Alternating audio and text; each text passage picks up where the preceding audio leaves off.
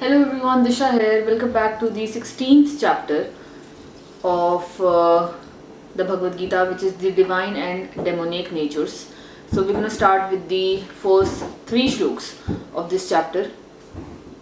So the shlok number 1, 2 and 3 says, the Supreme Personality of Godhead said, fearlessness, purification of one's existence, cultivation of spiritual knowledge, charity, self-control, performance of sacrifice, study of the Vedas, austerity, simplicity, non-violence, truthfulness, freedom from anger, renunciation, tranquility, aversion to fault-finding, compassion for all living entities, freedom from covetousness, gentleness, modesty, steady determination, vigor, forgiveness, fortitude, cleanliness, and freedom from envy and from the passion for honor. These transcendental qualities, O son of Bharat, belong to godly men endowed with divine nature. Now coming to the explanation of the shloka. In the beginning of the 15th chapter, the banyan tree of this material world was explained. The extra roots coming out of it were compared to the activities of the living entities. Some auspicious, some inauspicious. In the 9th chapter also the devas or godly and the asuras, the ungodly or demons, were explained. Now according to the Vedic rites, activities in the mode of goodness are considered auspicious for progress on the path of liberation. And such activities are known as Devi Prakriti, transcendental by nature. Those who are situated in the transcendental nature make progress on the path of liberation. For those who are acting in the modes of passion and ignorance, on the other hand, there is no possibility of liberation. Either they will have to remain in this material world as human beings, or they will descend among the species of animals, or even lower life forms. In the 16th chapter, the Lord explains both the transcendental nature and its attendant qualities and the demonic nature and its qualities. He also explains the advantages and disadvantages of these qualities. If one thinks after I leave my connections who will protect me, he should not accept the renounced order of life. One must be fully convinced that Krishna, or the Supreme Personality of Godhead, in his localized aspect as Paramatma, is always within, and he is seeing everything, and he always knows what one intends to do. One must thus have firm conviction that Krishna as Paramatma will take care of a soul surrendered to him. I shall never be alone, one should think. Even if I live in the darkest regions of a forest, I shall be accompanied by Krishna, and he will give me all protection. That conviction is called abhem, fearlessness. This state of mind is necessary for a person in the renounced order of life. A sannyasi, or one in the renounced order of life, must be situated in fearlessness, purity, and knowledge. The best sacrifice recommended in this age is called Sankirtana Yajna. This Sankirtana Yajna, the chanting of Hare Krishna, Hare Rama, is the best and most inexpensive sacrifice. Everyone can adopt it and derive benefit. So these three items, namely charity, sense control, and performance of sacrifice, are meant for the householder. Ahimsa means not arresting the progressive life of any living entity. Satyam means that one should not distort the truth for some personal interest. Akrodh means to check anger. Even if there is provocation, one should be tolerant, for once one becomes angry, his whole body becomes polluted. Anger is the product of the mode of passion and lust, so one who is transcendently situated should check himself from anger. Apaisunam means that one should not find fault with others or correct them unnecessarily.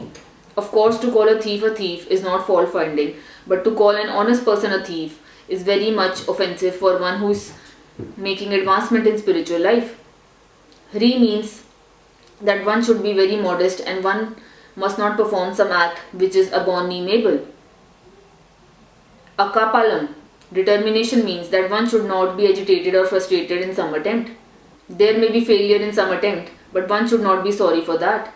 He should make progress with patience and determination. Means cleanliness, not only in mind and body, but in one's dealings also. Now coming to the fourth shloka, which says, Pride, arrogance, conceit, anger, harshness, and ignorance, these qualities belong to those of demonic nature, O son of Partha. In this verse, the royal road to hell is described. The demonic wants to make a show of religion and advancement in spiritual science, although they do not follow the principles. They are always arrogant or proud in possessing some type of education or so much wealth. They desire to be worshipped by others and demand respectability, although they do not command respect.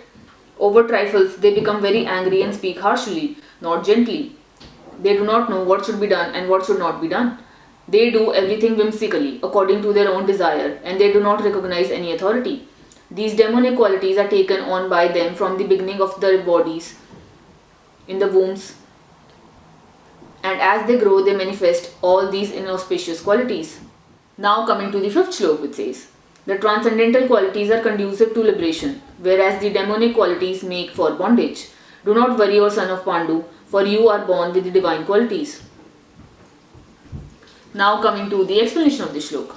Lord Krishna encouraged Arjun by telling him that he was not born with demonic qualities. His involvement in the fight was not demonic because he was considering the pros and cons. He was considering whether respectable persons such as Bhisma and Drona should be killed or not. So he was not acting under the influence of anger, false prestige or harshness.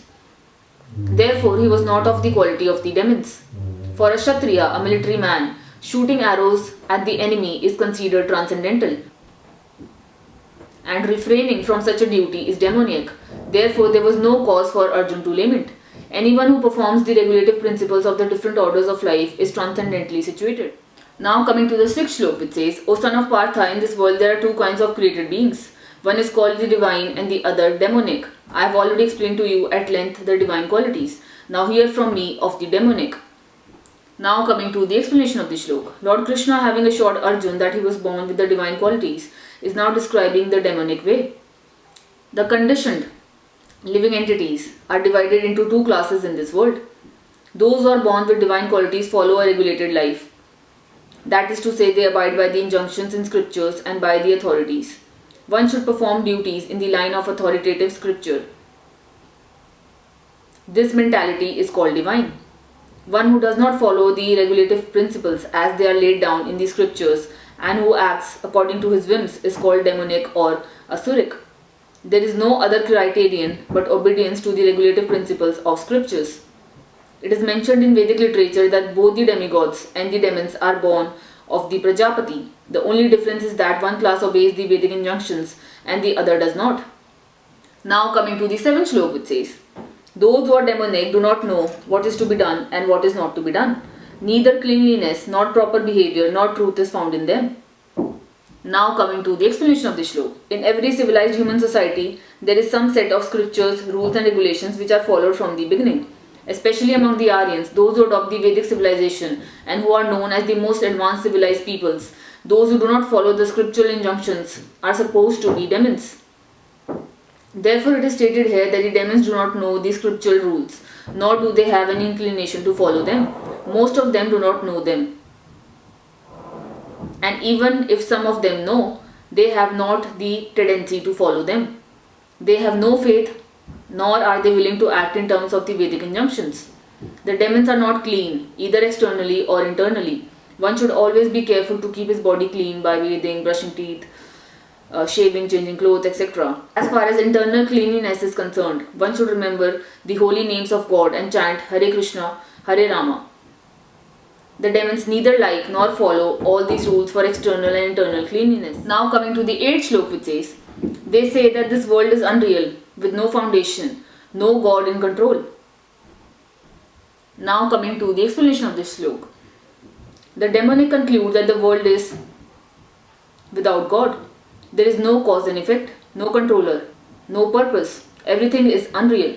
They say that this cosmic manifestation arises due to chance, material actions and reactions. They do not think that the world was created by God for a certain purpose.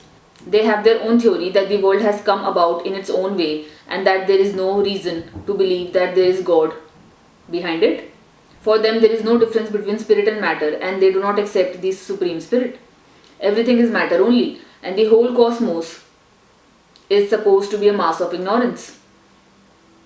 According to them, everything is void, and whatever manifestation exists is due to our ignorance in perception. They take it for granted that all manifestation of diversity is a display of ignorance. Just as in a dream we may create so many things which actually have no existence, so when we are awake we shall see that everything is simply a dream. But factually, although the demons say that life is a dream, they are very expert in enjoying this dream. And so instead of acquiring knowledge, they become more and more implicated in their dreamland. They do not believe in the words of Krishna in Bhagavad Gita, when he says that under my direction the whole material world is moving. In other words, among the demons there is no perfect knowledge of the creation of the world. Every one of them has some particular theory of his own. According to them, one interpretation of the scriptures is as good as another, for they do not believe in a standard understanding of the scriptural injunctions. Now coming to the 9th shloka, which says, following such conclusions, the demoniac, who are lost to themselves and who have no intelligence, engage in unbeneficial, horrible works meant to destroy the world. Now coming to the explanation of the shloka. The demoniac are engaged in activities that will lead the world to destruction. The Lord states that they are less intelligent. The materialists, who have no concept of God, think that they are advancing. But according to Bhagavad Gita, they are unintelligent and devoid of all sense. They try to enjoy this material world to the utmost limit and therefore always engage in inventing something for sense gratification. Such materialistic inventions are considered to be advancements of human civilization, but the result is that people grow more and more violent and more cruel to animals and cruel to other human beings. They have no idea how to behave towards one another. Such people are considered the enemies of the world because ultimately they will invent or create something which will bring destruction to all. Indirectly, this verse anticipates the invention of nuclear weapons, of which the whole world is today very proud. At any moment, war may take place and these atomic weapons may create havoc. Such things are created solely for the destruction of the world, and this is indicated here. Due to godlessness, such weapons are invented in human society. They are not meant for the peace and prosperity of the world. Now coming to the 10th shloka, it says, taking shelter of insatiable lust and absorbed in the conceit of pride and false prestige, the demoniac, thus illusioned, are always sworn to unclean work, attracted by the impermanent. Now coming to the explanation of the shloka. The demonic mentality is described here. The demons have no satiation for their lust. They will go on increasing their unsatiable desires for material enjoyment. Although they are always full of anxieties on account of accepting non-permanent things, they still continue to engage in such activities out of illusion. They have no knowledge and cannot tell that they are heading in the wrong way. Induced by pride and false prestige, they create some principles of religion who are not approved by the Vedic injunctions. Although such demonic people are most abominable in this world, by artificial means the world creates a false honor for them. Although they are gliding towards hell, they consider themselves very much advanced. Now coming to the 11th and 12th shloka, which says, they believe that to gratify the senses is the prime necessity of human civilization. Thus, until the end of life, their anxiety is immeasurable. Bound by a network of hundreds of thousands of desires and absorbed in lust and anger, they secure money by illegal means for sense gratification. Now coming to the explanation of the shloka. The demoniac accept that the enjoyment of the senses is the ultimate goal of life, and this concept they maintain until death. They do not believe in life after death, and they do not believe that one takes on different types of bodies according to one's karma or activities in this world. Their plans for life are never finished, and they go on preparing plan after plan, all of which are never finished. When the notice is there, there is no consideration of the man's desire. The laws of nature do not allow a second beyond what one is destined to enjoy. The demonic person who has no faith in God or the super soul within himself performs all kinds of sinful activities simply for sense gratification. He does not know that there is a witness sitting within his heart. The super soul is observing the activities of the individual soul. As it is stated in the Upanishads, there are two birds sitting in one tree. One is acting and enjoying or suffering the fruits of the branches, and the other is witnessing.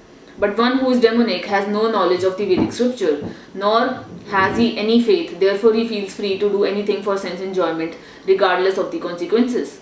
Now coming to the 13th, 14th and 15th shloka, which says, the demonic persons think, so much wealth do I have today, and I will gain more according to my schemes. So much is mine now, and it will increase in the future, more and more.